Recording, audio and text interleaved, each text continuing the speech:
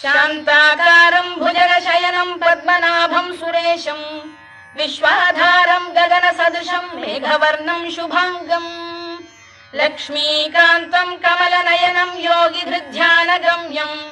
वन्दे विष्णुं भवभयहरं सर्वलोकैकनाथं मेघश्यामं पीतकौशेयवासं श्रीवत्साङ्कं कौस्तुभोद्भासिताङ्गम् पुण्योपेतं पुण्डरीकायताक्षं विष्णुं वन्दे सर्वलोकैकनाथम्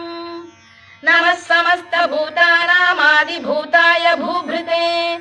अनेकरूपरूपाय विष्णवे प्रभविष्णवे